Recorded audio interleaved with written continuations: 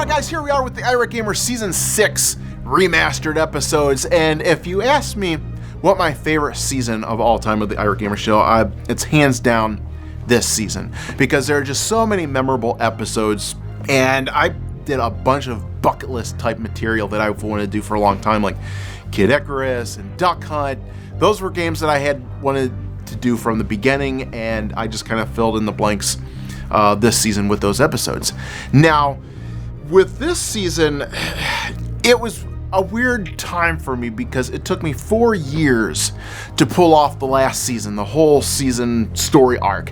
And with this season, I really wanted to go back to basics, where it's just me doing slapstick and cursing and regular game reviews and just kind of tossing all the storyline stuff aside. And it was very polarizing because a lot of the people, they loved the storylines, and then on the other side, people were like, enough with the storylines! So I was like, with this season, okay, storylines, they're gone. We'll do a couple running gags, maybe throughout a couple episodes here and there, but for the most part, no more storylines, big grandiose, season arc type things. So with this season, yeah, I am very, very proud of this season, because one of the things I did too was try to rely less on cursing throughout a review and F-bombing everything, and just relying more on slapstick and comedy. And this season, it really shows, especially with reviews like Castlevania and the Kung Fu episode. That is my absolute favorite episode. If you ask me what's my favorite episode of the season, Kung Fu. I just it hit on all the right cylinders, because I'm a huge fan of martial arts movies and the whole Eastern philosophy and things like that, and every time I watch this, it just pays homage to all that stuff. So I just love watching that. It makes me chuckle even watching it as a director. So now, as far as remastering these episodes, I didn't have to do too much. There was some white balancing issues that, it took me some time to fix, but for the most part, everything was very well polished. At this point of the game, I knew what I was doing, so I didn't have to do too much to fix things for these remastered episodes. But like I alluded to earlier, this was kind of a weird time for me, because after the story arc, I was doing things that didn't favor me too well in the YouTube algorithm. So when I was putting these episodes out, man, I was putting my heart and soul into these things, but they weren't getting a lot of views. And by the end of this season, I decided, I'm just going to hang it up, because it's not worth it anymore. I'd put an episode out, I'd probably get, 5,000 views here and there. It just wasn't worth it to me anymore. And truth be told, this was also around the point in time where I was approached by a higher power in the industry, and I got to word my words very carefully here, because there is a dark side to YouTube and the whole gaming scene that people aren't privy to. And when you're approached by these people, you better accept, because if you don't, they have many ways to cut your throat in this field. And this is one thing that I haven't been too candid about, because it's there's a lot of stinging that goes with it. And after this happened, I realized that certain people are on top in YouTube land for a reason, and they've made certain deals for a reason. And if you do not go along with those deals, you will not be favored, especially in the YouTube algorithm. And after I told them to basically go fly a kite, I saw a dramatic drop in views and revenue. My channel was never the same again. And yeah, when you go through something like that, and like I said, I'm choosing my words very carefully here.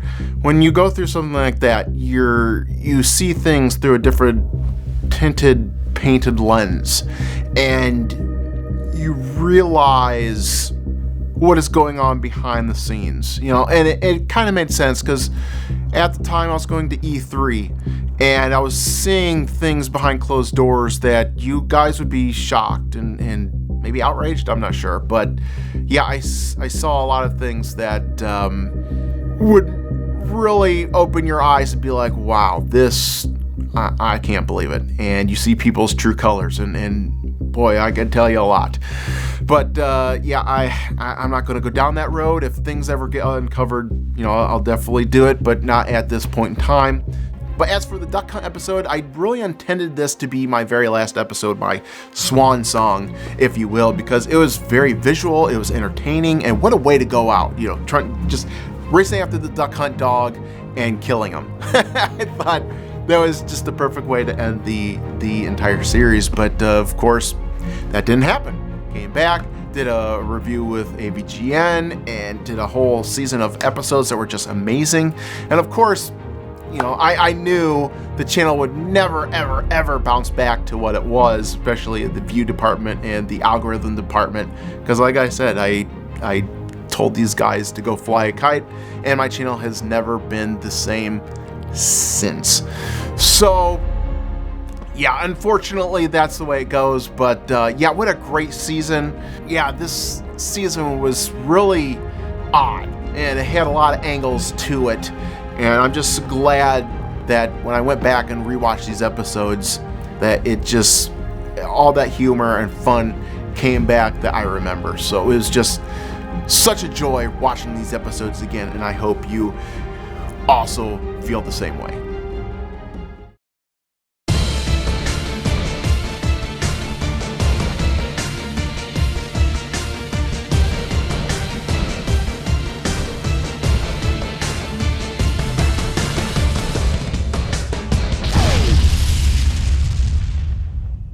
Well, gamers, since Ducktales is returning to TV, I thought this would be a great time to check out the old video game on the NES. Here's a classic game I used to play all the time as a kid. Uncle Scrooge bouncing around on his pogo cane? Can't go wrong with that. This game has 5 levels to play in all, and you can choose to play them in any order you wish.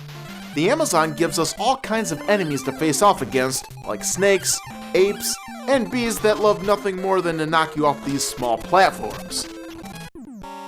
Jeez, we just started this review. You want me getting irate already, or what? After navigating through this killer bee area, we find a cave where Launchpad McQuack is hiding out in. And it looks like he wants to take me back to the mansion. Doesn't he realize I'm trying to finish this level? You clueless idiot, get away from me! So leaving Launchpad behind unexpectedly tosses us into an Indiana Jones type situation.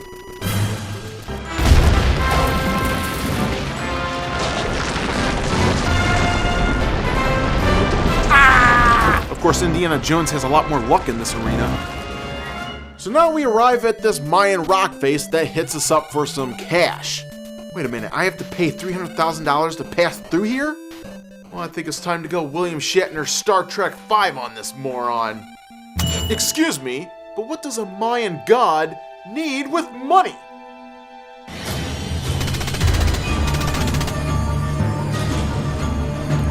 Fine, I'll get your damn money. Looks like I should have collected more of these gemstones before reaching this point.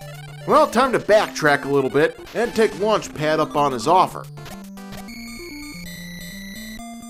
After he dumps me off at the mansion, I can return to the level and properly collect all the gemstones scattered around.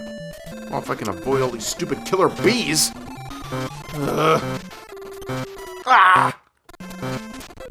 Oh, you honey-making piece of shit! Alright, so after we finish that stupid area, it's time to pay off this rock god who's extorting me. Alright, so now how do I end up paying this dude? Maybe if I just bounce around or something. What in hillbilly hell? Did I just reach this vine without paying? What the hell is this? That means I just backtracked through this entire level for nothing! Well, curse me damn calcium mouth, you piece of shit! I'll cane whip your ass in the dust and grind you into concrete! Yeah, take that, bitch! So once traveling upward and onward, we find one of Scrooge's nephews, Dewey, and he gives us some advice on how to kill the ending boss. And he does this just in case you've somehow magically gotten this far without realizing your cane can be used as a weapon. Yeah, I think I could have figured that out on my own. After making short work of this level boss, we receive our first prize, the scepter from Super Mario Bros. 3. What's next, falling through the floor too?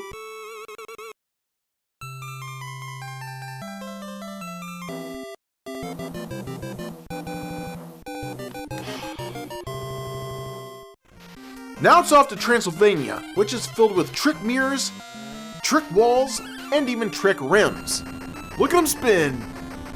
This is probably my favorite level of the entire game since it resembles Castlevania. And just look at all these cool enemies. Skeletons, ghosts, and mummies with ball and chains attached. Must be married. We also find Webby that tells us that Huey has been kidnapped. Well, curse me tail feathers. Looks like we gotta go find him.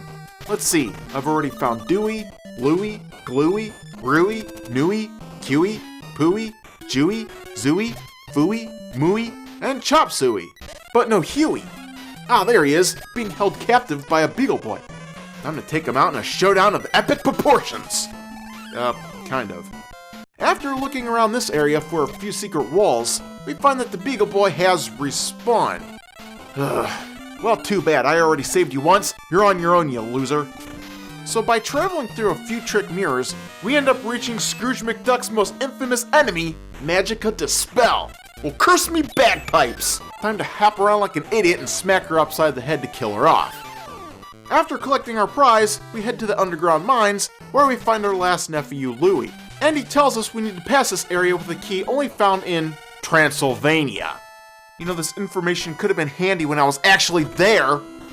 Luckily, this detour back to Transylvania is very brief. And after unlocking this lock, we find a huge level filled with traps and secret walls that resemble a few more Super Mario shenanigans. Mrs. Beakley even shows up to make it rain. Yeah, baby, give me those snacky cakes! Now, there are actually two ways in this level to reach the boss. You can take the long way around, or make a huge leap of faith off this cliff and, whoa, bounce off these guys' heads to make it over this huge chasm. This actually cuts your travels in half. Killing the boss here sends us off to the Himalayas, where your pogo jumping is reduced to a minimum. Now I have to use my legs like a sucker. To make matters even worse, you then have to deal with these stupid spiders. Well, curse me top hat and spats. This is no way to treat your elders, sonny. Ah, great, and there's Launchpad again wanting to take me home. What's with this guy? Can he take a hint? I'm here to defeat the boss and grab the crown of Genghis Khan, not scallivant all over the world with you. Actually, I want to get off-world to the moon. Once there, I can climb into a giant spaceship to kill off aliens, fight squid people, avoid Launchpad, find the key to the control room, and grab a remote that calls Gizmo Duck to destroy a wall standing in my way. Sounds easy, right? Son of a bitch! Next time for sure. Well, curse me damn man purse! If you manage to reach the wall, Gizmo Duck will then save the day, allowing us to defeat the giant rat that guards the treasure of the green cheese.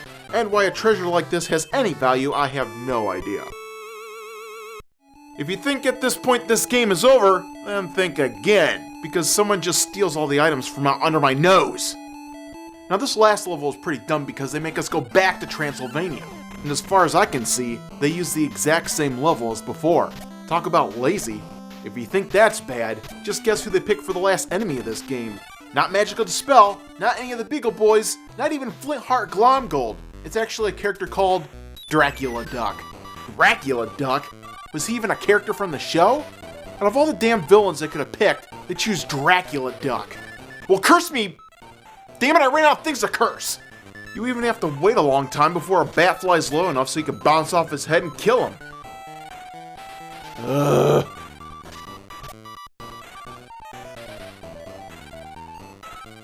Oh, come on!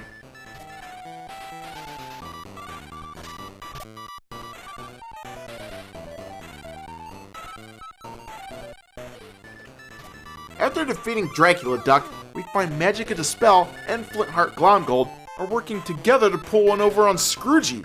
I'm not sure why these guys aren't the last boss, but all we have to do here is grab the treasure and the game is won. Then we get to see Scrooge gloat about his treasure, and then thank his nephews for all their help, since he apparently couldn't have done it without them telling him that he can use his cane as a weapon. Ah geez, with an ending like this, it leaves me wanting so much more. How to hell with this entire game? Launchpad? Let's go! I'm out of here! Radio, Mr. McGee!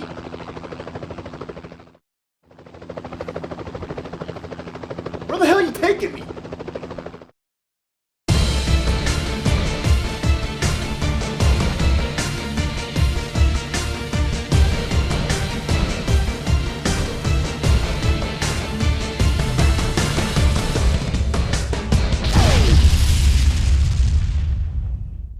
Recently, Nintendo released an amiibo of the Super Smash Bros. Fighter known as Pit, who is from the nostalgic video game classic called Kid Icarus. Even though this title brings back all sorts of nostalgic feelings, it has to be one of the hardest games I've ever played for the NES. If you intend on sitting back and bringing your A game, you better plan on bringing your triple fucking A game, because this game is going to cause you 50 shades of anger! Ah! Ah!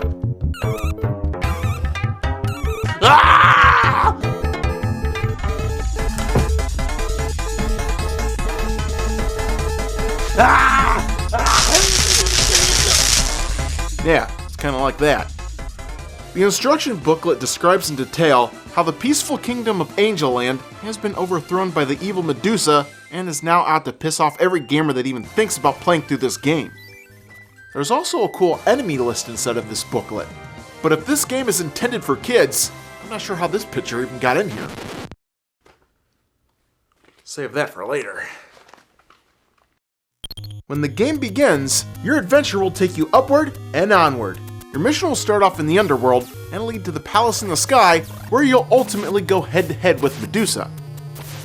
The cool thing about this game is Pit can disappear on the left side of the screen and reappear on the right. Unfortunately, enemies can also do this. Ah, damn it! The higher you climb, ledges will start dropping off the bottom of the screen, and this is where most of our troubles begin. Start tossing in these areas with small ledges, and the scale of difficulty slowly begins to increase. Son of a... In this game, you'll find that enemies pour out of every side of the screen. And of course, the most annoying of these enemies has to be the Grim Reaper. If she sees you, she'll end up sending her death babies to chase after you. And these little turds will fuck you up! Ah! Get away from me! Ah! It's gonna take a lot of determination and nerves of steel to reach the top of this level. And to keep the momentum going throughout the next level, you're gonna need superhuman reflexes to avoid enemies as the difficulty keeps increasing. Now, whenever you kill an enemy, they end up leaving behind these little hearts for you to collect. Picking these up does not increase your health like any other normal game would play out. Instead, collecting these hearts will allow you to buy things. It's only by passing through these small doors that you'll find these black market dealers, which will take your body parts and trade them for actual items. And you can buy potions that refill your health, feathers that save you from falling off the screen, or you can either pick the wooden barrel. Pick this up, and the asshole just laughs at you. Other doors found throughout these levels also lead to rooms where enemies drop big hearts, gives you endurance tests for better weapons, and mystics that can even increase your powers until your character turns green. Alright, time for me to power up green as well. Once you climb high enough to reach the level fortress, you'll find that the game's difficulty is increased even further as you race around from room to room, dodging every danger known to man, like snakes, skulls, spikes, bugs, and nightclub bouncers. But nothing's gonna compare to the dreaded eggplant wizard.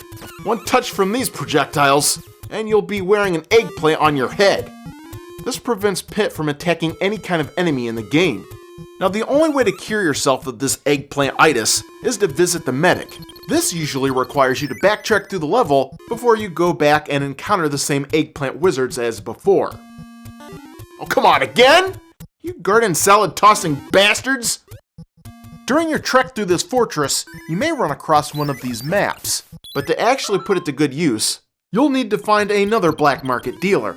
If you end up buying the torch, you'll be able to see exactly where you are on the map. Buying the pencil shows you where you've been, and buying the barrel... Oh, son of a bitch. After wandering around and finding the level boss, you'll quickly realize that in order to kill him, you'll have to hit him a total of 50 times? Jesus! How the hell does this game expect me to traverse all these levels, explore a huge dungeon, avoid eggplants, and then live long enough to hit a level boss a total of 50 times in a row? Apparently, Nintendo has no faith in us either, as they loaded this game with all kinds of passwords to help us defeat it. And some of these are pretty clever too. Icarus fights Medusa angels, packing, Kid Icarus, Icarus and the flying arrows, And 8. Ooh. I wonder what would happen if I typed in Kid Icarus as a shit burger. Oh no. No! Ow! Ow! Ah! Reaching level 2 now has Pit traveling horizontally as the level becomes even more intense. There's no time to stop and smell the roses here, because enemies will be literally raining down on top of you. You also have to deal with slippery ice conditions, as well as these snowball flinging assholes, which are called... You know what? I'm gonna have to look that one up. Snowball flinging assholes? Alrighty then. These are just one of the many obstacles that stands between you and the level fortress. And believe me, I'm in no hurry to get there either, because all I do is wander around looking for the level boss and repeatedly get eggplants on my head. Great, now I gotta find the damn hospital medic. Now don't go anywhere, sweetheart, because I'm sure I'll be back in like 5 minutes. So now we come to the level boss, and big surprise, now we have to hit him 100 times in a row. Good God, man! Looks like I won't be going anywhere until, about August. Once reaching level 3, the bar is raised yet again as we come to this bullshit, jumping from a long series of small ledges. One misstep, and we'll have to do this all over again. Damn it, you better not fall. No! Oh. Steady, steady. Careful. Alright, one more. Oh, finally. God, I swear this game's gonna give me a damn aneurysm. Ah! As my perilous journey skyward comes to an end, it's on to the last fortress. And in this level, you'll find eggplant wizards are waiting for you at every damn turn. Eggplant wizards to the left, to the right, left, right, up, down, be a start.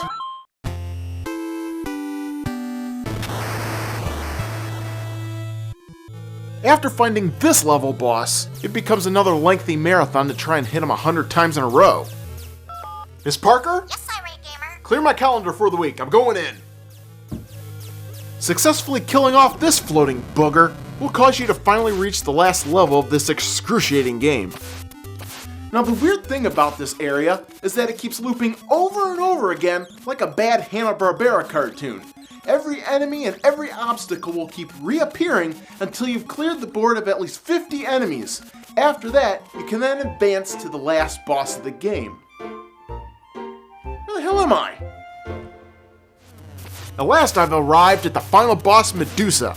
Now you might think that this will be the most exhausting battle of the game, but surprisingly enough, it's actually the easiest.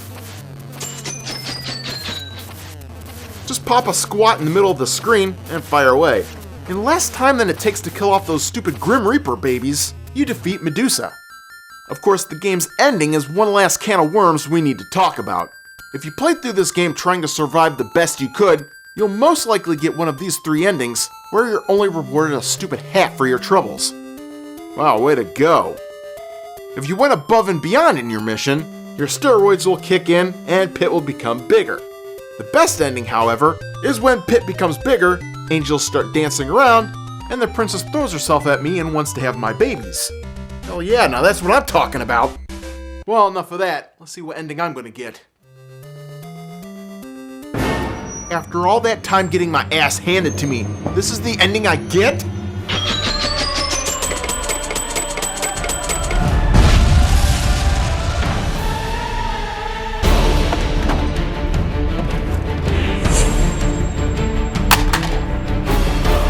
You want eggplant? I'll give you eggplant!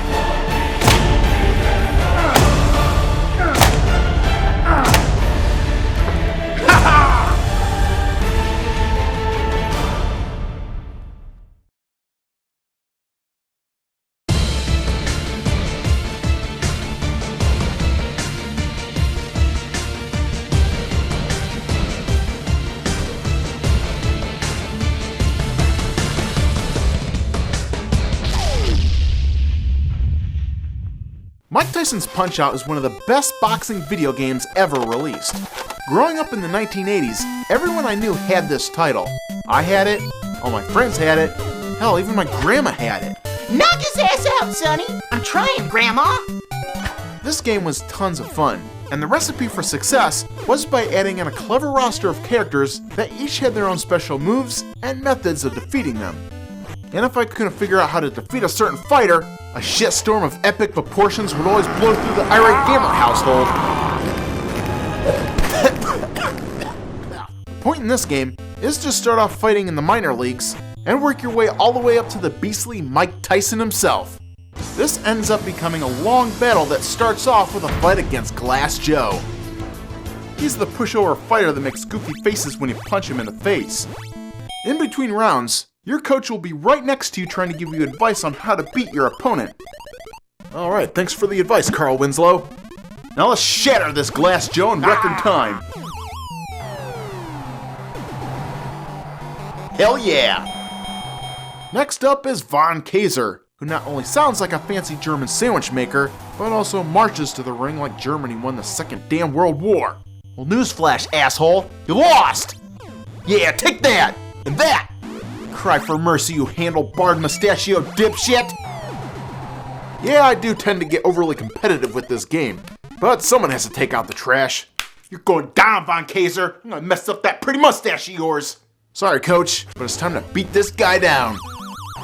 So after Mario does his thing, it's time for the championship bout between me and Piston Honda.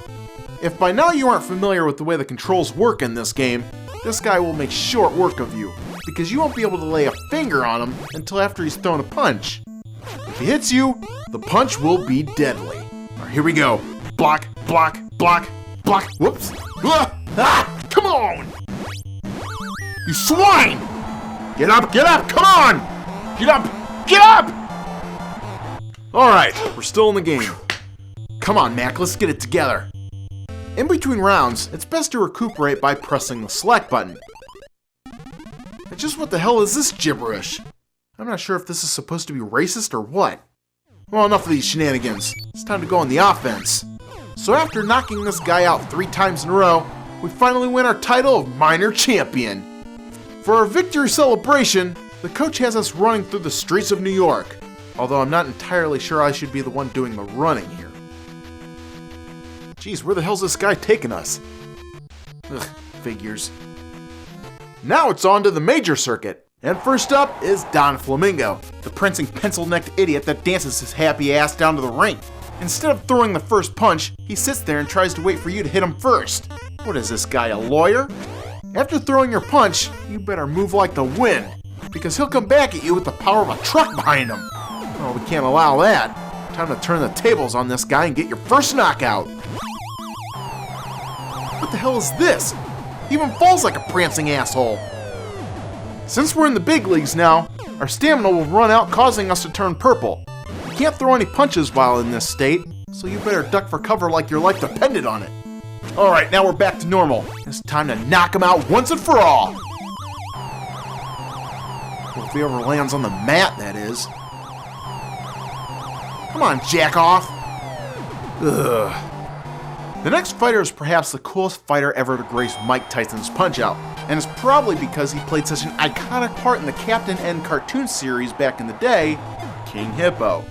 Trying to find King Hippo's weak spot takes some time, but try to knock him out while his mouth is open, and you'll end up punching him in the gut while his britches are down. Do this repeatedly, and the oversized Oompa Loompa falls over, leaving you with a Taylor Swift victory. If you're excited now, facing the next fighter will melt that smile right off your fucking face! Facing off against the Great Tiger gave me a lot of trouble back in the day, and I spent hours and hours trying to defeat this asshole. You ass! Boy, this is like my childhood flashing before my eyes. Ah! Now the match does start off slow, while you wait around to hit him when his turban turns red to collect your Mega Punch star. Yeah! Once you reach round 2, however, Tiger will start using his deadly teleportation attack. Whoa! Block, block, block, block. Oh! Come on! Block, block, block. Holy hell! You son of a bitch! What the? No! You jerk face! If he can last long enough against Tiger's attack, he'll make himself all dizzy, making him vulnerable to attack. Do this whole procedure 3 times in a row within 1 round, and you'll win this exhausting battle. Of course, if you can't handle it, then your coach just might abandon you for a real winner.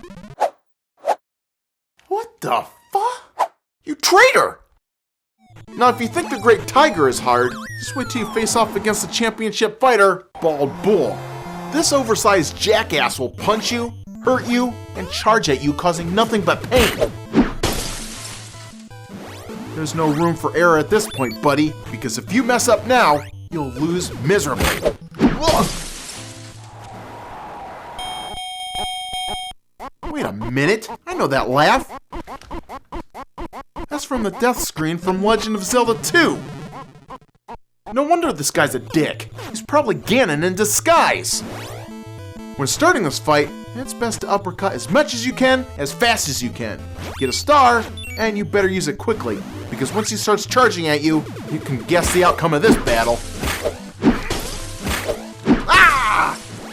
That bastard! After winning another championship title, the World Championship now awaits us.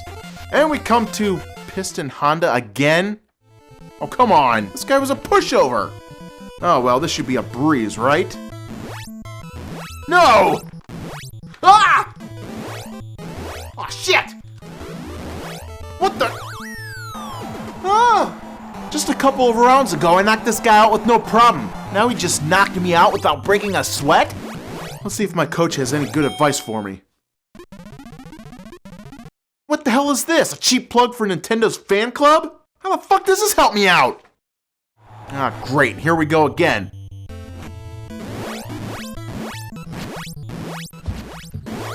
Ah!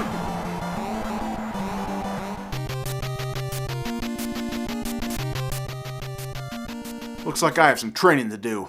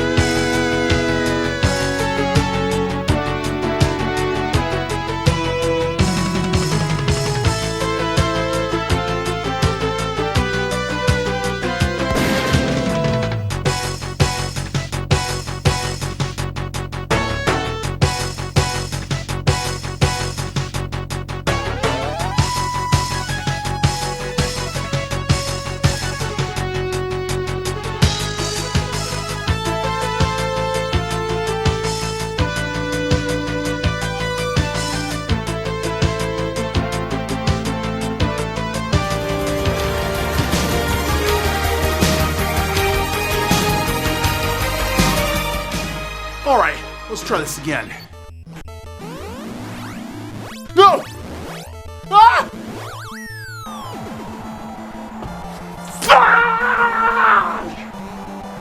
At this point in Mike Tyson's Punch-Out, the game becomes damn near impossible to beat. Piston Honda is now some steroid-pushing asshole. Then after that you face off against Soda Popinski, who doesn't give you 1 second to throw a punch at him. Then the prancing Don Flamingo returns with new moves, as well as the impossible to defeat Mr. Sandman. And rounding out all these impossible fighters is Macho Man.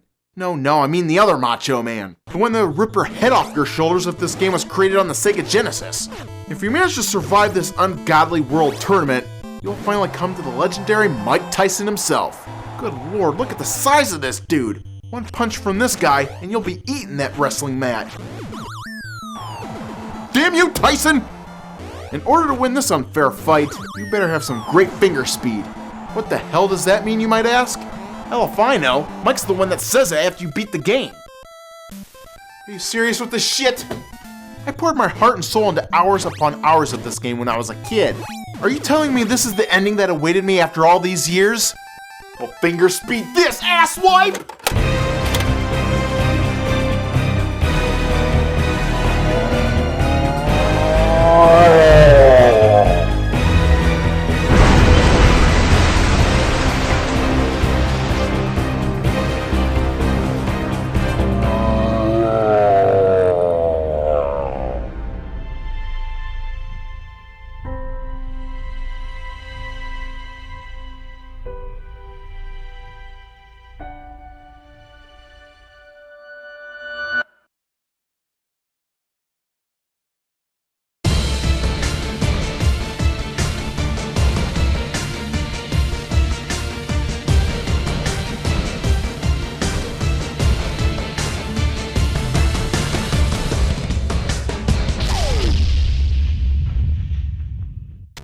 Just about everyone with an NES in the 1980s played the game Spy Hunter at one time or another.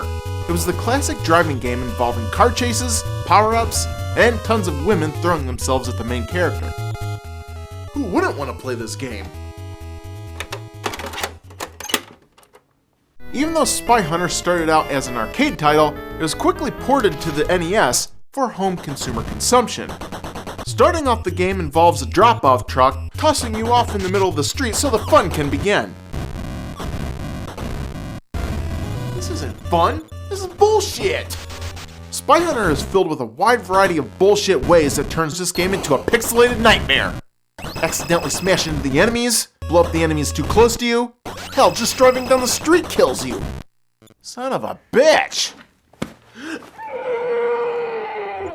With all these enemies in the game coming at you, it's best we sit down and categorize this shit. The limousine loves to shoot your ass. The armored blue car can't destroy it with your gun, but it will run you off the road in 2.5 seconds flat. The white striped blue car can blow out your tires. You asshole. The motorcycle does nothing. Fuck it. Red car and light blue car. These are only here to piss you off. Ugh. The helicopter drops tons of bombs all over the road until you die. Damn it, go report the weather or something, you dipshit. Yes, death is awaiting you around every single turn. Bad guys, street sides, you can even die while getting out of the drop-off truck. Shit!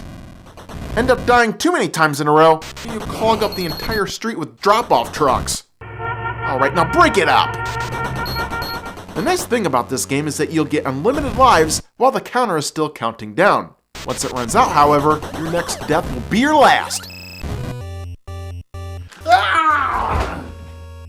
Unfortunately, this game only gives you one helpful way to deal with all these annoyances, and that's with these weapon upgrade trucks. Climb into any one of these fancy trucks on the road, and you'll get a special power-up. The black dot truck gives you oil slicks. Ugh! The white dot trucks give you smoke screens, and the double line trucks give you missiles to destroy those pesky helicopters. Although every time I get this weapon, there never seems to be any helicopters in sight. Hey, there's one. Dang it! Let's try this again. Fire torpedo, Mr. Sulu! Where the hell are my missiles? You bastard! I don't even get to keep the power-ups after dying?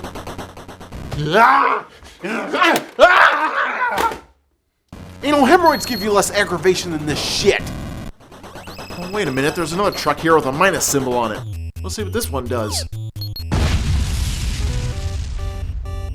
You dick. During the game, you're given the option of making life-altering decisions by choosing which way to go with these forks in the road. Let's see here, do I go left or right? Well, let's head left. Of course, this particular decision only affects which side the beach shows up on. Geez, I was hoping my decision would make more of an impact on the game than this. Alright, well, here's another fork in the road. Let's take the right.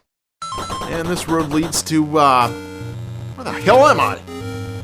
Once you start mastering the flow of this game, you'll find that your spy hunting adventures will take you into the tropics, the desert, and even into the cemetery.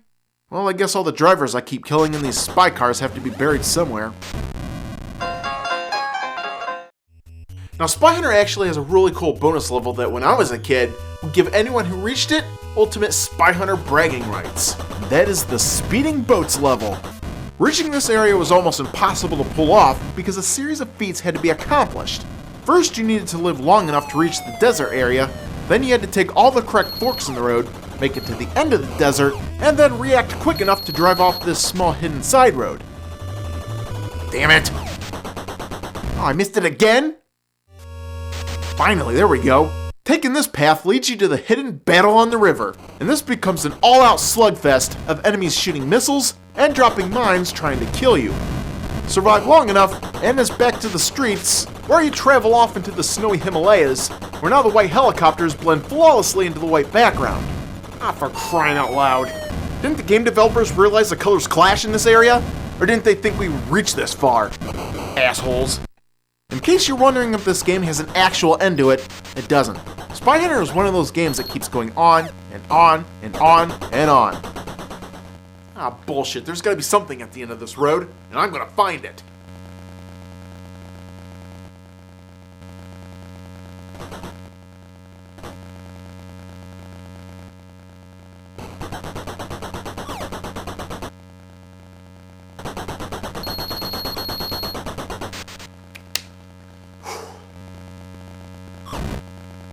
My god, maybe there is no end to this game.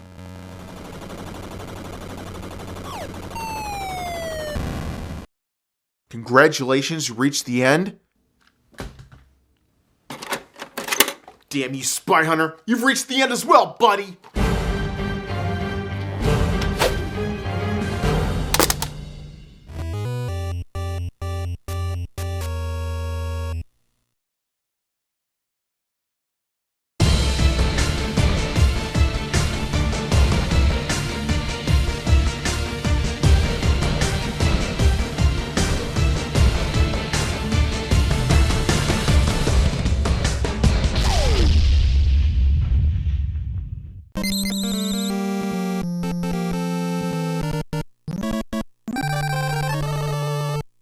MegaMan was one of the most popular franchises for Capcom on the NES.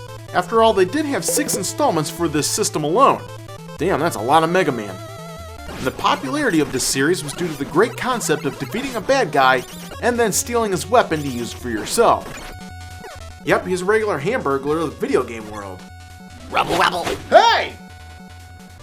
MegaMan was one of the first games to give you the option of choosing any level to play first. But despite this cool option, some of the stages in this game were so difficult that it could cause anyone playing it to go batshit angry. Before even starting, we find that the cartridge of this game totally misleads the purchaser. Here we find a military badass ready to battle to the death in a futuristic world. Plug in the game, and we get a cartoon character running around in blue underwear. Not exactly what I expected. At the stage select screen, we'll just pick the Cutman level since it's the first one highlighted. Plus, how iconic is the background music? Awesome! So as you'd expect, MegaMan runs around the level dodging multiple obstacles in order to get to the level boss. And with this level, you can usually make it there on one life alone. Trying to defeat the boss on that same life, however, is a different thing entirely. After defeating Cutman, you can then steal his powers, and then start using his cutting ability to defeat enemies quicker, and make intricate works of origami. Alright, well let's head on over to the Fireman level next. I'm not sure what fire department he belongs to, but I'm pretty sure that outfit isn't standard issue. Of course, since we have Cutman's power, we can make short work with some of these annoying enemies that a regular arm blaster just can't handle. This super cool weapon boomerangs around the screen, and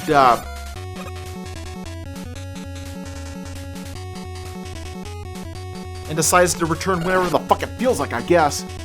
Even with having Cutman's ability by your side, this level does get pretty tough. Maybe I should just come back to this level after I've defeated Iceman and taken his ability. It would help me with all this fire. Yep, good old Iceman, who looks like he's sporting a pretty cool mustache there. I wonder if he's related to that dude on the can of Pringles. Of course, choosing to play through the ice world also means facing the dreaded rock climb from hell. This rock climb is a frustrating concept of ledges appearing and disappearing one by one around the screen that must be precisely jumped on to escape. One small mistake means starting all over again. Damn it. piss! Come on!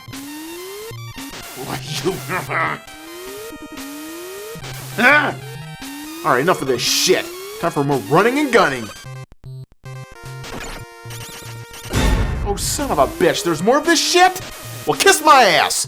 Even though these platforms are a pain to deal with, they're nothing compared to the moving platforms in the Gutsman level. In this area, you'll first need to actually jump onto the first moving platform. What the? Master that, and then you'll have to jump onto the second moving platform. Damn it! Master that, and then you'll have to jump whenever there's a break in the path. Ah! Jerk! Come on! After mastering that, you'll then have to jump onto a third platform and time out multiple jumps correctly. Damn it! By the time you've cleared this area, you'll probably have suffered the wrath of starting back at the beginning of this level a billion damn times over! Finally! God, I'd hate to start this level over again. Aw, shit! You bastard!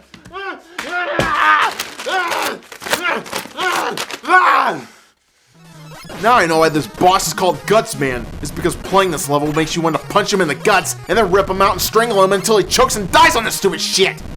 Defeat this stupid Gutsman, and you'll be able to take his powers. And let's just see what the hell we got here.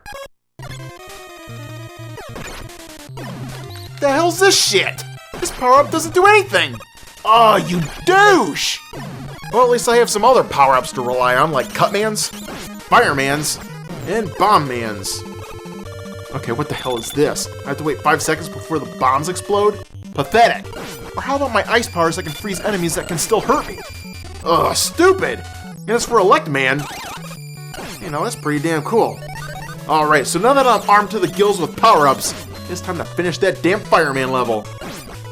Ah, great, I just blocked my own path! Ugh.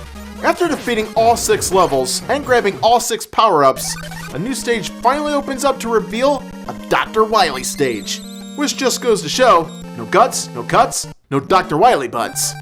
While playing this level, you're going to need the combined powers of all the robot powers you stole. Electman, Iceman, and even Gutsman. Oh, that's what he does. Lifts heavy objects. Well, since he only does it a couple times in this entire game, it still sucks. The major downside to this level is that there are spikes everywhere that if you impale yourself on, spells out instant game over, pal. Jeez, where's the power of levitation man when you need him? During this Dr. Wily stage, prepare to get seriously pissed off at this level, because these deadly spikes turn up everywhere. If the spikes don't get you, the enemies will. Whoop! Aw, damn it, I was almost there! No!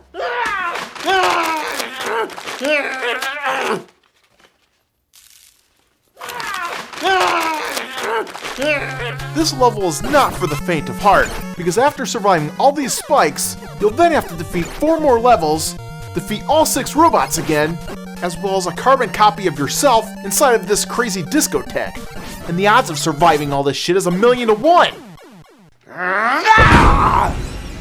Damn you, stupid game! I will cut out your soul and eat it! If you finally get the rare chance to face Dr. Wily and actually defeat him, you'll then be able to make him your bitch. Yeah, that's right. Bow down to your new master, buddy. Hold on a second, let me unzip my pants. After saving the day, MegaMan then runs back home to celebrate. Although this whole scenario kinda reminds me of something else. Before finishing, the game developers made sure to set the stage for a sequel, just in case they made one. Alright, well, now it's time to check out Mega Man 2.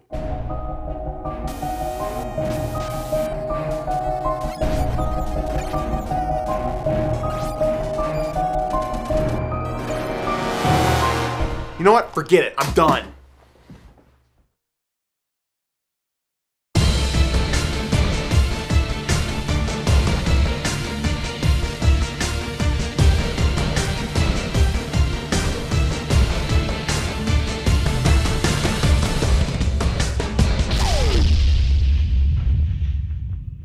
Donkey Kong is perhaps one of the most popular video game characters ever created.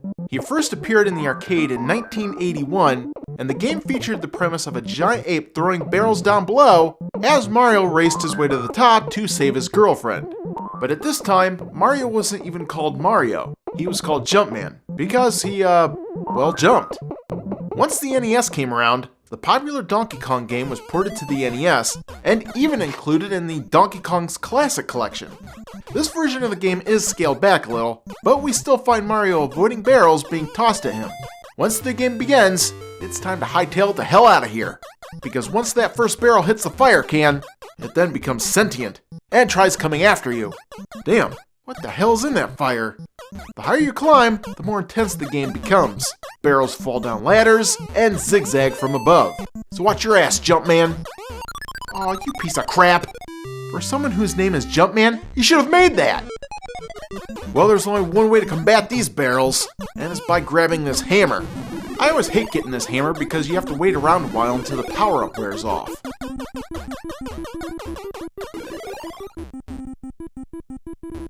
Oh geez, can we speed this up a little? I'm down here waiting around for nothing while my girlfriend is up there scared out of her mind and, drinking wine? That smooth-talking monkey. Stay away from my girlfriend! The next board here is probably the easiest, since this area is the one that causes the most problems. Jump at the right time and you'll make it through unharmed. Now we can just climb our way to victory and, oh you asshole! I was right there! The last level in this Donkey Kong game requires you to run around and collect these pins, which will then cause Donkey Kong to fall right on his noggin, leaving you with some alone time with your girlfriend. So, you had some wine with Donkey Kong, eh? After that, the game starts back over from the first level again. Wait a minute, that was only 3 levels.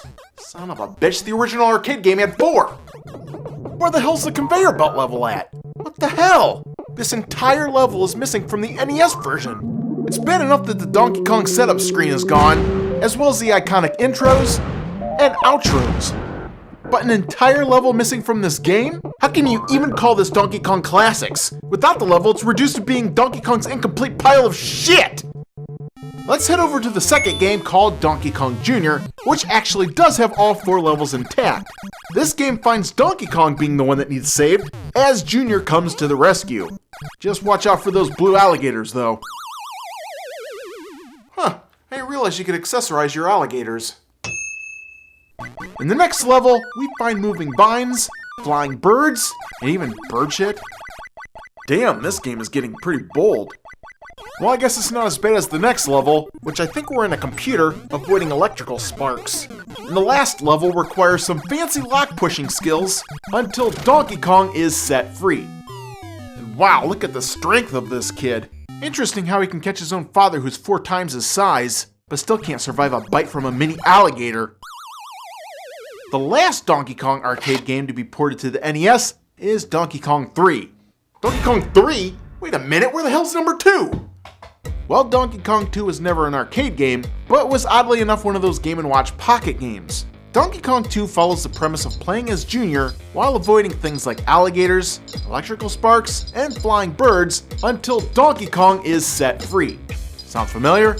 Yep, because it's the exact same game as Donkey Kong Jr., but only consolidated into this single level. Of course, this version of Donkey Kong was dubbed Donkey Kong 2, just in case anyone was confused when the third game was released later that same year. Despite all this numbering system confusion, it's not worth the time or effort to even talk about, since Donkey Kong 3 is a complete train wreck. There's no barrels, springs, or even Marios to save the day. Instead, we have Stanley. Oh boy. In this game, Donkey Kong climbs high above calling upon his bees to attack you and steal your flowers.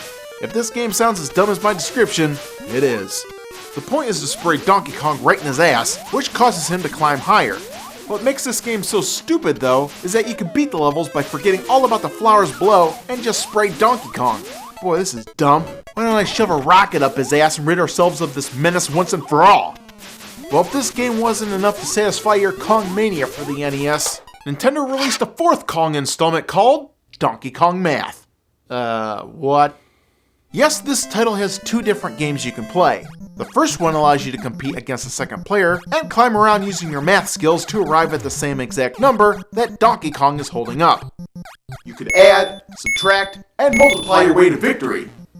The first one to reach the magic number wins the game. And just what are we playing for exactly? Oh great, a chance to flex our muscles. In the second math game, you must solve this problem above by climbing to the corresponding number on the side. Answer correctly, and you'll be rewarded with some bird poop. Grab yourself a calculator, and you'll be able to shit your way to victory. Good God, this game sucks. Time to go apeshit on this thing. Fine,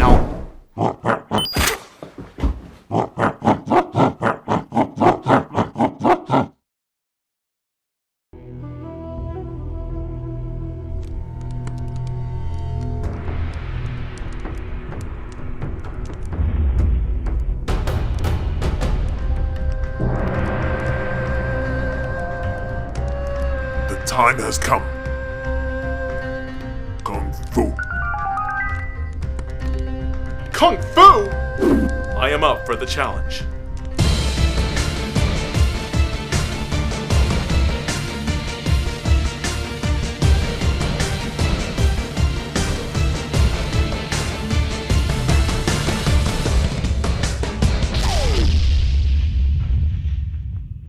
The game Kung Fu was one of the first NES titles that gave players a chance to hone their martial arts skills. Anyone owning an NES system when it first came out couldn't escape playing this classic game. In this game, Mr. X has stolen your girlfriend Sylvia, and it appears that he's taken her prisoner deep inside his heavily fortified dojo. Your job is to fight your way all the way to the top and save her. Although I'm really not sure why this guy just doesn't rent a helicopter and enter from the top floor. Rightio, Mr. McTee. From the very first level, you must punch and kick your way to ultimate victory, and failure is not an option. Well, it'd probably be a lot easier if these guys didn't have the home field advantage. And look, this guy's throwing knives at me while I'm just stuck using my fists. Well, good luck, asshole. You'll have to get up pretty early in the morning to kill me with a weapon.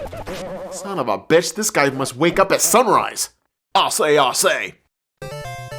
Your ninja skills suck. Jeez, give me a break, you old coot. I haven't played this game in like 10 years. No excuse.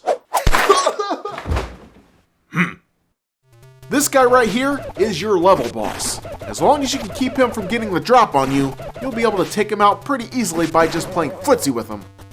Alright, now it's time to head upstairs to level 2. And it's here that we find enemies like snakes and dragons. Damn, are they running a dojo here or a zoo? Now the dragons you'll be able to take care of. But as for the snakes, just forget about it. No amount of kicking will kill these things off. Snakes. Why did it have to be snakes? My thoughts exactly. Well, at least we have these fancy disco balls to dance under. Son of a bitch! So as if this animal farm coming at you isn't bad enough, you'll also have to deal with Santa's elves trying to kill you too. What the hell did I do to deserve this? What's next, reindeer games? That was a rhetorical question! At the end of this level, you'll be facing down a boss using boomerangs. Boomerangs? Now I've seen a lot of martial art movies with a lot of martial art weapons. I've never seen anyone using a boomerang. This guy should go back to a MegaMan level where he belongs. Yeah, that looks about right. If you make it to level 3, you'll find yourself fighting off entire battalions of Kung Fu warriors, as well as more of Santa's little elves. Oh, what the hell was that? Flipping asshole! Reach the end of this level, and you'll find yourself facing off against... Hey, is that Shaft?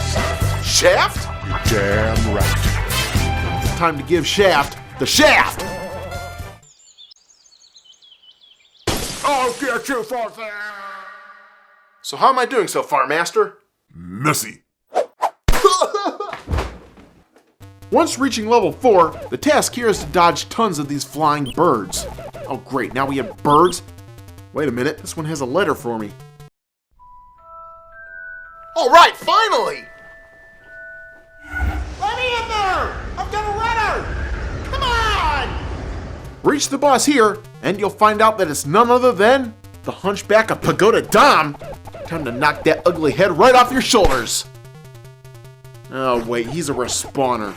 It seems no matter how many times I knock his block off, there's another block waiting to replace it. Oh man, he could duplicate himself too? Get over here, you! Time's up! Shit! Pathetic. Oh no, this is not my fault! Alright, dickhole, I'm gonna find your weakness before you duplicate on me again. Okay, before you can triplicate on me? Quadruplicate? Quintuplicate? Centuplicate? What the hell is this, a Matrix? Oh, for crying out loud!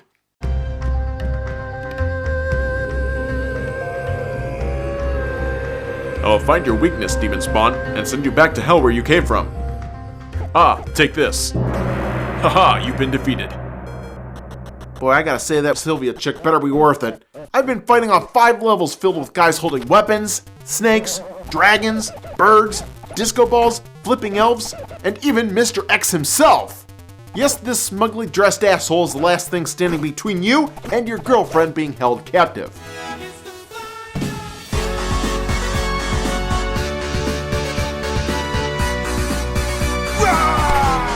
Yes! Victory! Now it's time to untie her, and damn, she's wasting a little time here. I think we should go somewhere else first. I really can't perform with all these rotting corpses lying around. Well, the game is won, and the town is saved. My hero! Don't thank me, thank my chef. Your chef? Of course. Who else could have taught me how to deliver a knuckle sandwich?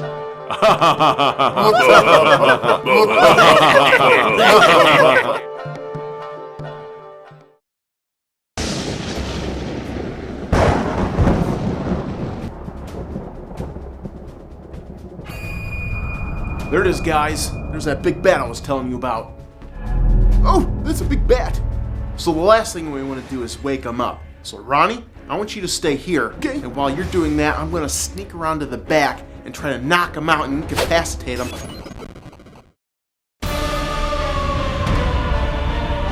Who did that? Don't look at me.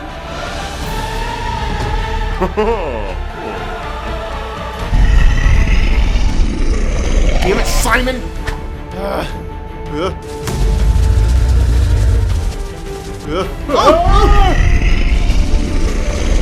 Damn you, Castlevania!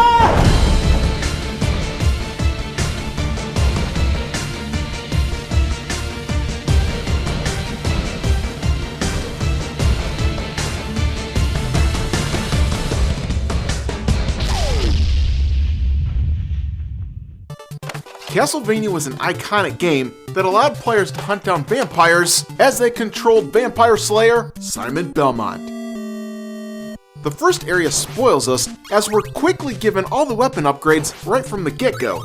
Super Whip, Super Ultra Whip, Super Ultra Mega Ultra Awesome Whip, and the Cool Whip. And if you end up dying at any point after grabbing these power-ups, you'll lose them all.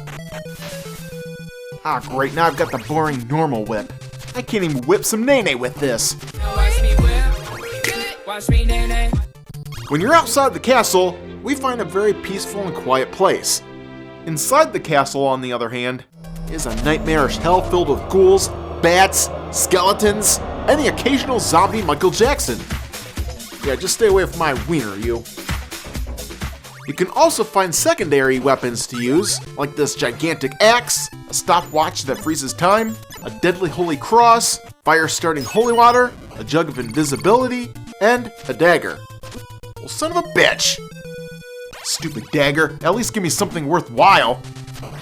Alright, a TARDIS! So within the first level of this game, Simon Belmont makes his way through the scary castle living room, the river docks, and finally, the castle's man cave. At the end of this level, your boss is this giant bat. If you manage to find the axe in this level by chopping all the candlesticks up to hell, then it's time to chop this poor bastard up into bat confetti. Man, look at Simon just throwing those things with ease. Makes me wonder how much this dude can bench press. And look, we get a glass bauble for our prize. Huh, I wonder what these are used for. Well, no time for that. I've got a map to consult. Ah yes, upward and onward and no bathroom in sight. Well, if I find any monster shaped like a toilet, they're in for one hell of an experience.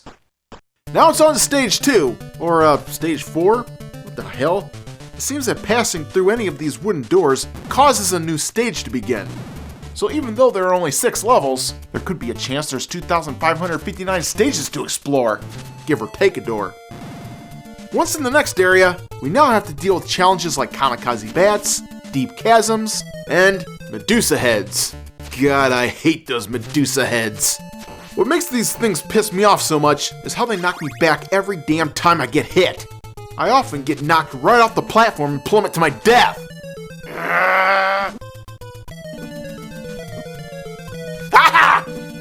Oh god, you dick! After defeating this stupid area with some well-timed jumps, we come to the spiky things from the Contra game? Well, this should be pretty easy to pass. Ah, shit nuggets! Stupid one-hit kill. Somehow I remember the same damn thing happening to me in Contra, too. Boy, if I find a spray gun weapon in this game, these enemies are screwed! Hell yeah! After reaching the end of this level, it's time to face the head Medusa head. Wait, what? If you have a secondary weapon to use, like this stopwatch, then you better use it to freeze time and beat her ass good. Yeah, not so tough when you're the one turned to stone. Alright, and now I receive a second shiny bauble. I'm getting quite the collection here. Now this next level is where irate gamers are born, because now you have to deal with these jumping assholes that clearly have some ADHD issues. We also have to deal with these conveniently placed ravens that just love to piss you off. Oh, come on! Ah! And another thing that pisses me off about this level is why the hell is there a staircase here that no one can reach? I used to ponder this shit even back when I was a little kid. With all the secret walls you're able to find in this game, it does make me wonder if this was supposed to be one of them. Of course, it also makes me wonder if there's anything hidden over in this area. Ah, there's probably nothing. On the other hand, what if there is? I can't resist! Damn it! Toasty! After making your way over the bridge that seems oddly familiar to the Goonies 2 video game bridge, we end up reaching the Mummy Brothers. Damn, get these guys a variety show already. This is the last boss you'll be facing in this game. It is somewhat easy to beat. After that, it's all downhill from here. Literally. What? Because what better way to get us from here to there than by dropping us down a deep hole?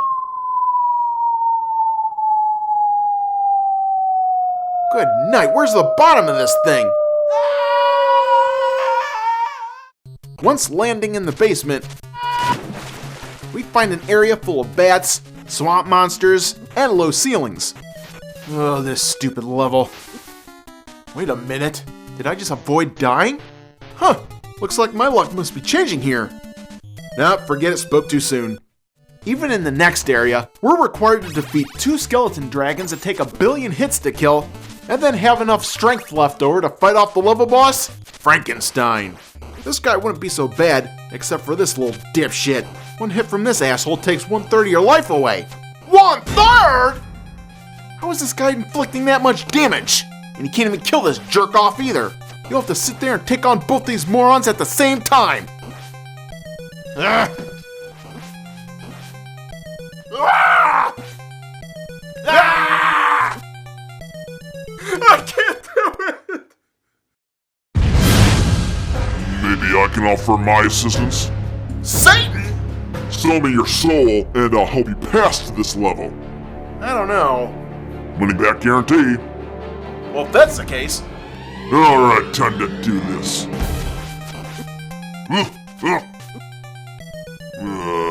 Alright, next time for sure.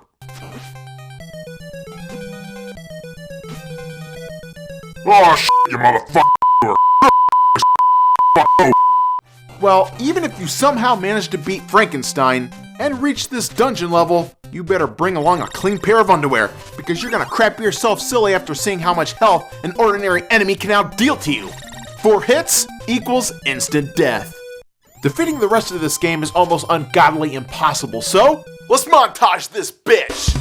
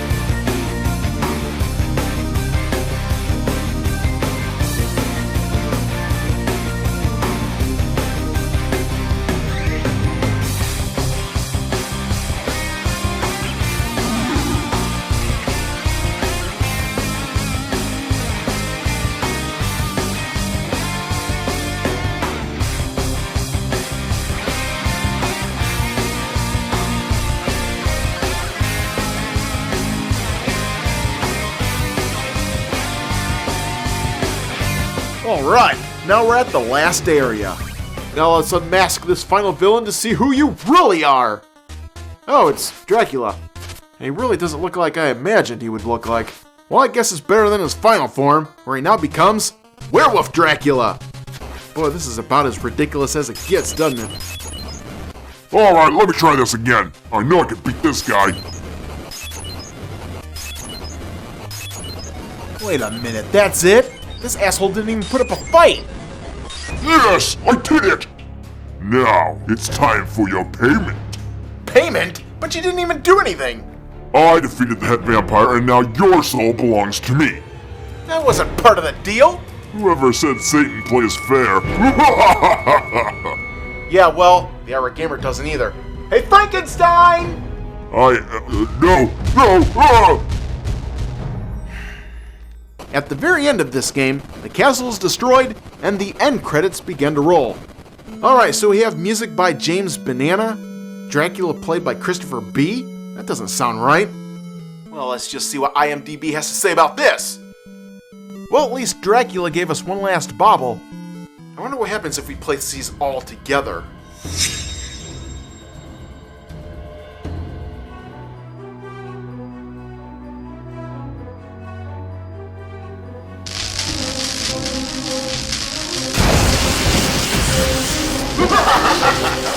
You have summoned Dracula!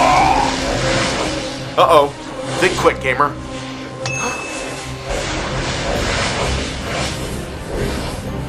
Time to add some chocolate to this mix.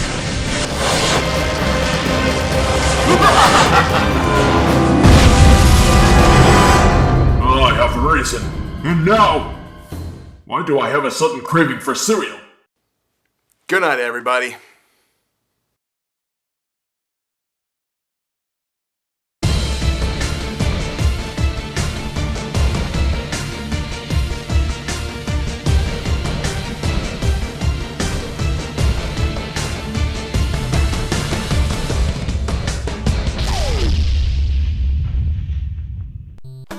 Excitebike was one of Nintendo's first attempts at creating a racing game. And what a racing game it was! Motorcycles, competition, trying to beat the clock. Yes, it's quite the nostalgic ride for old school gamers. Good and bad. This game has 5 levels in all, with each one increasing in difficulty. Well, it's time to get our feet wet with the easiest track here. Now the A button allows you to accelerate safely to this halfway point, while the B button throws your engine into overdrive, causing the temperature bar to hit its limit and overheat your bike where you'll be sidelined briefly. My god, how long does this take? I could bake a shit souffle faster than this. Jeez, finally! Now during the race, if you manage to hit one of these arrow things, your temperature will return to normal and will be rejuvenated faster than Link can drink a red potion. He's not faster than me. I'm faster than him. How many of those you been drinking there today, Link? Don't question me. I found like 7 f***ing pieces of the Triforce already. I can...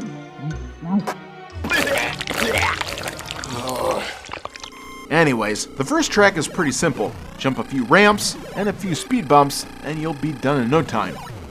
Gosh damn it! Just make sure you cross the finish line before your timer reaches this number, which will ensure your way to the next level. Yeah! Woo! Yeah! Eat my dust, idiots! Hey, hey! Oh god! Where the hell's my trophy at? That was close. Reaching the 3rd level allows us for some nighttime racing. The stakes are increased even more here, as there are bigger hills to jump, patches of dirt to avoid, and these long set of ramps that just end up slowing you down. Good lord, my grandma can drive faster than this, and she's dead! Once reaching track 4, we're treated with bright neon colors as we colorblind our way to the finish line. But not before slamming into these stupid mini bumps. Or big bumps. Or any damn bump in general. Damn it! What the hell's this tumbling shit? I'm gonna have to hurry up and haul ass across the finish line. Careful. Come on! Ah, fuck you, motor alarm. I need to get to the finish line. Whew. Man, I just barely managed to get a third place win. The racing gods are with me today. Now we come to track 5, which raises the stakes even higher as, whoa! Almost lost my shit there. And what the hell is this obstacle? A diving board? What, are we going swimming after this? Well, I guess I better watch my dismount off this thing. I can never fly off these stupid things without landing safely. Apparently I can't even land on them safely either. Oh, come on, you pathetic shit! Finally, the finish line! Well, let's just see how I placed here. 9th place? Ah, shit, what else could go wrong? I love you. Ah, where's the channel changer? Love me. We're a Oh, come on, the batteries are dead! No! Of course, the real challenge in Excitebike is found in racing against computer players, giving you 4 lanes of bullshit to contend with. Ah! Great, now I gotta make up for lost time. Ah! Now wait a minute. There were only 3 other racers at the starting line with me. Where the hell are all these other racers coming from? Oh, come on! Leave me alone, you pricks! Ow, what the... Finally, there's a finish line. Not exactly a photo finish. Okay, what's my ranking? 4th place? Excitebike hell! This was about as exciting as having painful ass hemorrhoids! Ah, enough of this shit! I swear if I see one more bike, I'm gonna scream! No! No! Well, excuse me, princess!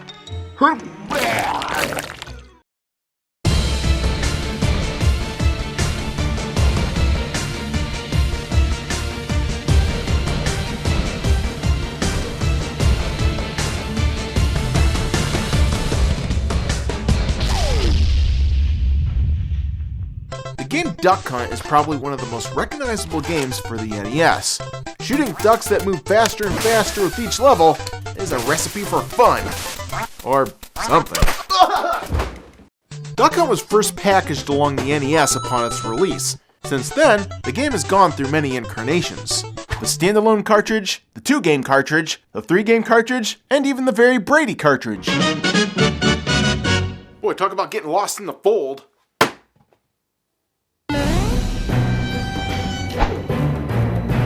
To play this particular game, however, one also needs a light gun. A light gun? What's that? Oh my eyes! No, this doesn't shoot light. Rather, it detects objects on the screen and reacts to them. What the hell? Why the hell isn't this working? Oh yeah, I should probably mention that these old guns don't work on these new television sets. Ah, for crying out loud. Well, time to go old school. What the hell is this? Well, not that old school. That's more like it. The startup screen gives us a few options here. The first one allows for shooting 1 duck per round, while the second gives us the opportunity to shoot 2 ducks per round. Once picking the game, your duck hunting dog will then leap into the thick grass, and your game of duck slaughtering will begin. And make sure you aim with precision, because you're only given 3 bullets per round. Manage to shoot your targets, and your dog will present you with their dead carcasses.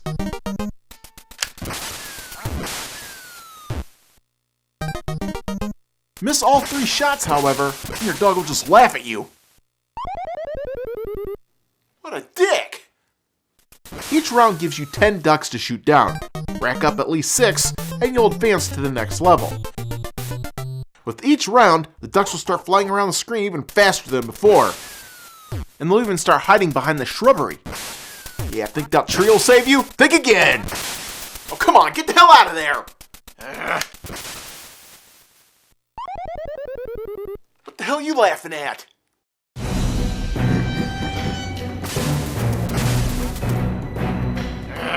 Now to get my revenge. Ah, damn it! God, I wish I could shoot that dog. The major downside to this game is no matter how far you get, the screen will always remain the same. There's no screen variations of any kind that'll give you forests, deserts, icy tundras, or even the moon. Boy, and I'd love to go to that moon. Yeah, try breathing now, asshole! But not in this game. All you'll be seeing is this little patch of meadow. Talk about your lake shitty cacas. The first 20 levels in this game is pretty much a walk in the park, but the later levels require reflexes of a godlike superpower. Ah! What the hell is this shit? Die, you motherfuckers! Damn it!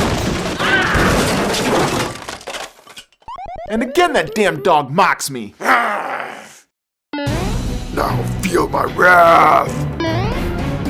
Ow! A pixel demon? Wait a minute, you can glitch games, right?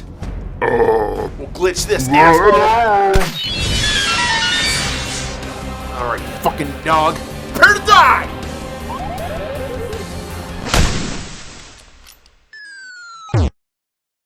In order for me to gain my composure here, let's just check out this other game called Clay Shooting.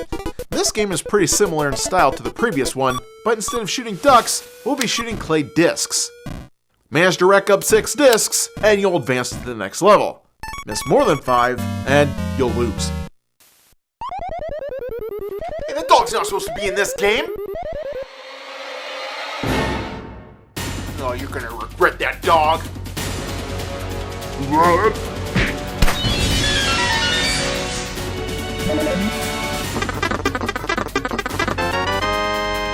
Let's do this!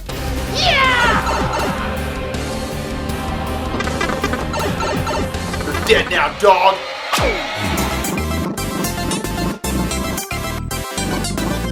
Get back there!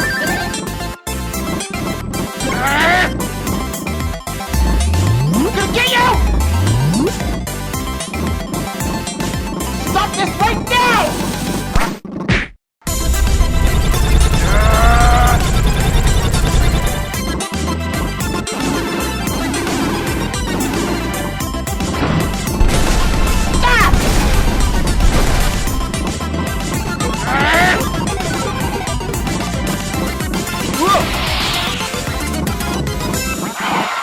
Got you now, dog! Finish him. Oh, I've been waiting a long time for this! Excellent. Fatality.